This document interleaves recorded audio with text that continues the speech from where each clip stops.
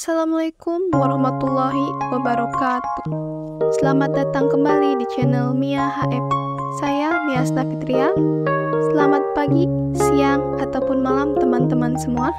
Semoga kalian dalam keadaan sehat dan baik-baik saja. Sebelum kita memulai, ada yang ingin saya tanyakan terlebih dahulu. Bagaimana kabar kalian hari ini? Semua dalam keadaan baik? Dan tentu saja periksa dulu jaringan internetnya ya, agar kita dapat lancar bersama dalam pembelajaran ini.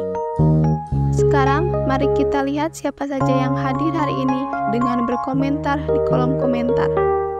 Sebelum kita benar-benar memulai, mari kita bangkitkan semangat kita. Saya yakin kalian pasti bisa menguasai materi yang akan kita pelajari hari ini. Ingat, pembelajaran itu menyenangkan. Hari ini kita akan membahas tentang sudut pada bangun ruang. Sebelumnya, apakah ada yang sudah familiar dengan konsep sudut pada bangun ruang? Mungkin ada yang pernah mendengar atau bahkan sudah menguasainya sedikit. Silahkan berbagi pemahaman kalian melalui kolom komentar. Sekarang kita akan bergerak ke tujuan pembelajaran kita hari ini.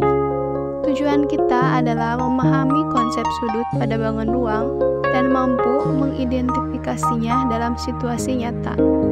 Saya akan memastikan kita semua mencapai tujuan ini pada akhir pembelajaran.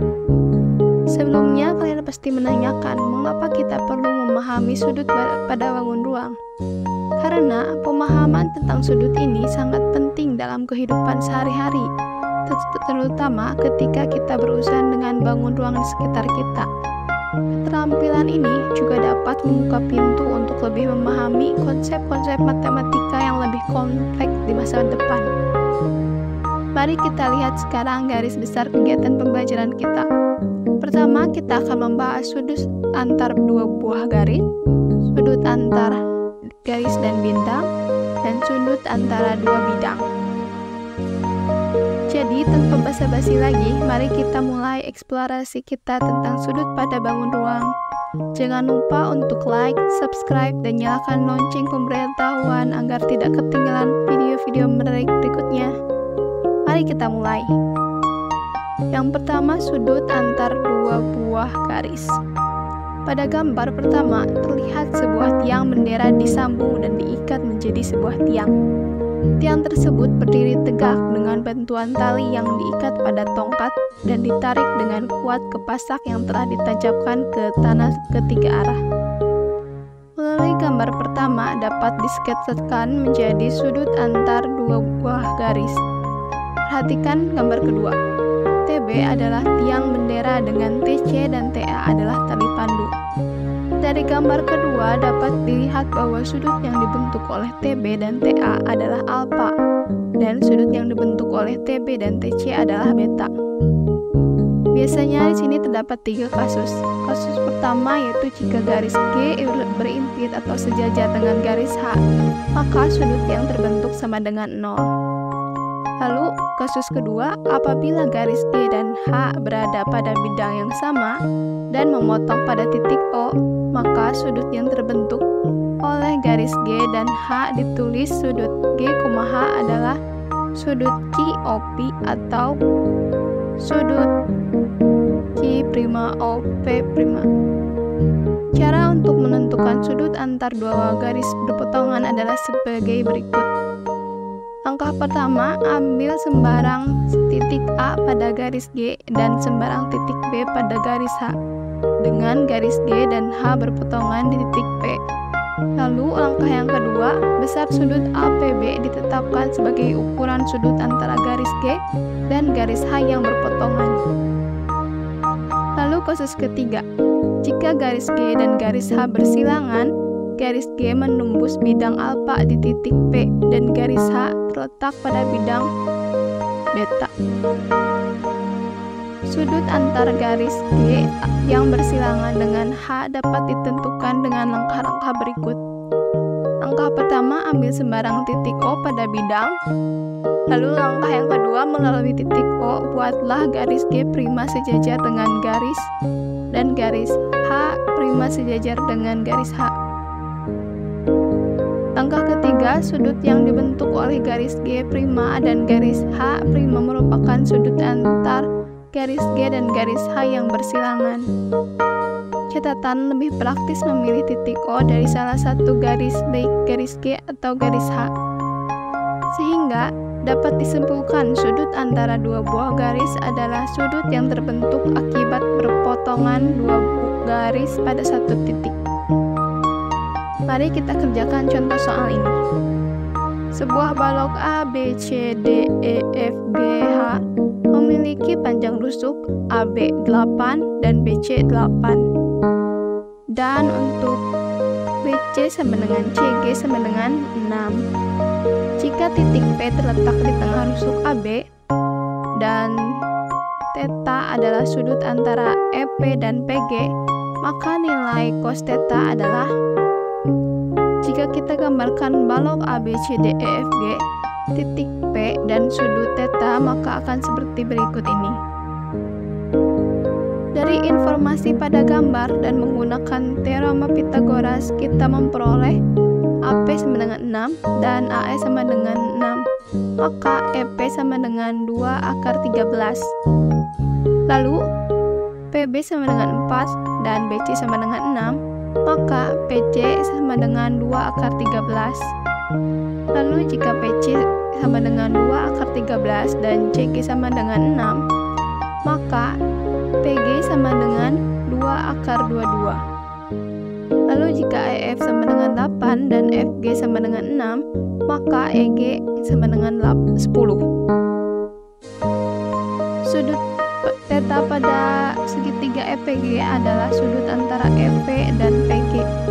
Dapat kita hitung dengan menggunakan aturan kosinus, di mana EG kuadrat sama dengan EP kuadrat ditambah PG kuadrat dikurangi 2 dikali EP dikali PG cos theta. Dapat kita ubah menjadi cos theta sama dengan EP kuadrat ditambah PG kuadrat dikurangi EG kuadrat per 2 dikali EP dikali PG, dimana kita masukkan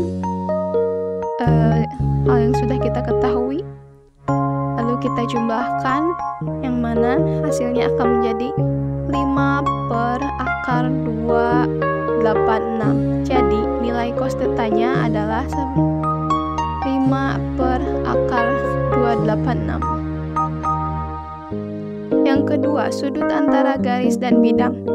Terlihat pada gambar sebuah pohon yang tumbuh miring di sebuah lapangan.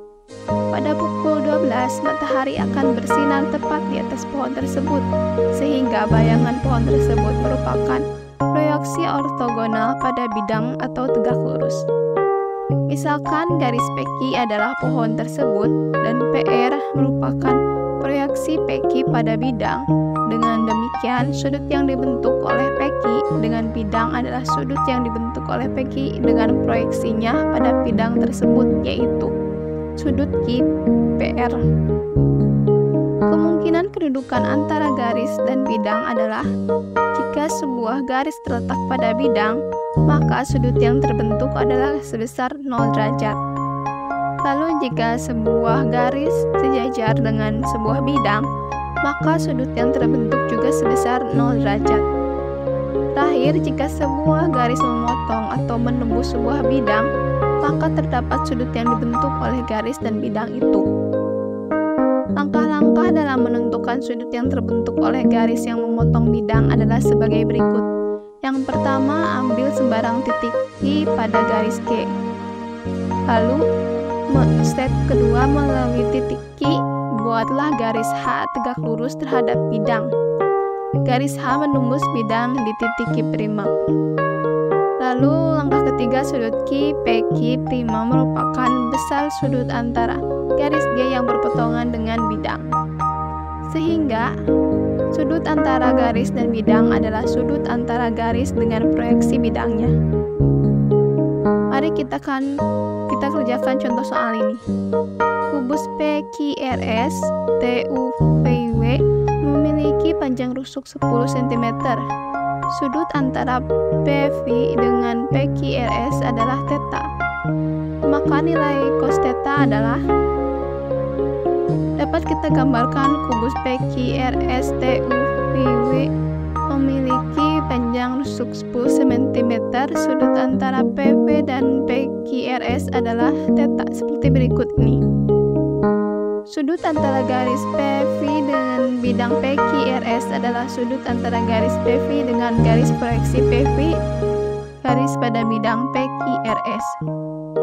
Pada soal, dan jika kita perhatikan gambar, proyeksi garis PV adalah PR, sehingga cos θ sama dengan PR per PV, di mana PR adalah diagonal bidang, di mana PR-nya sama dengan 10 akar per 2, dan PV adalah diagonal wall, yang dimana adalah 10 akar 3.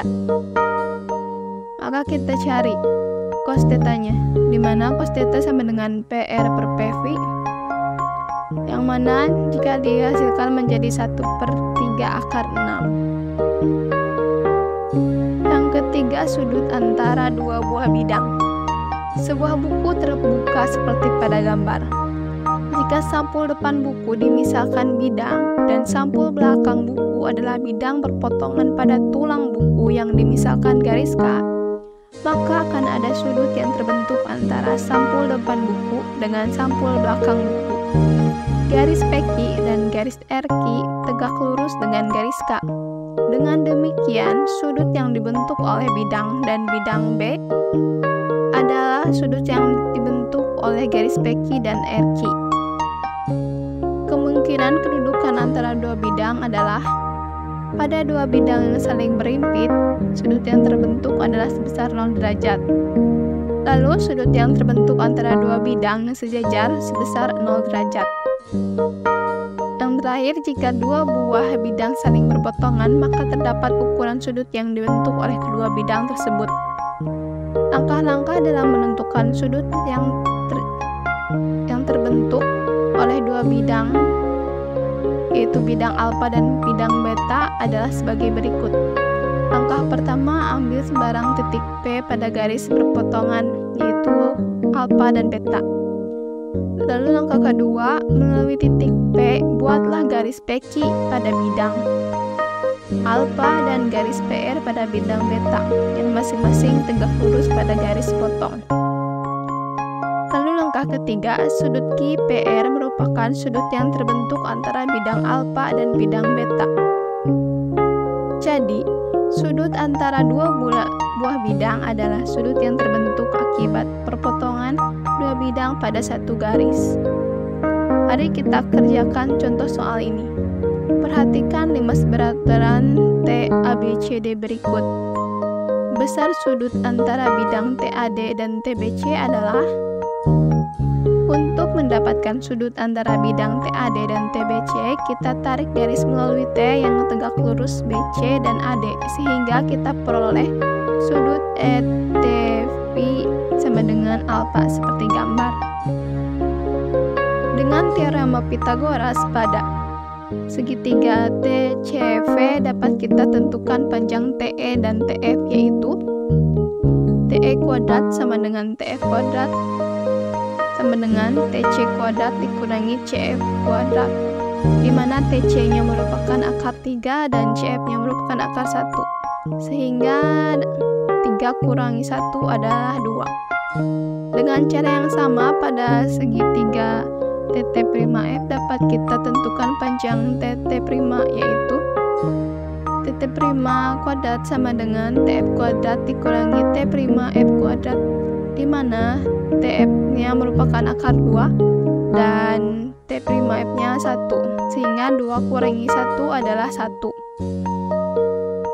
Sehingga dapat kita ketahui bahwa TT' sama dengan akar 1, yaitu 1.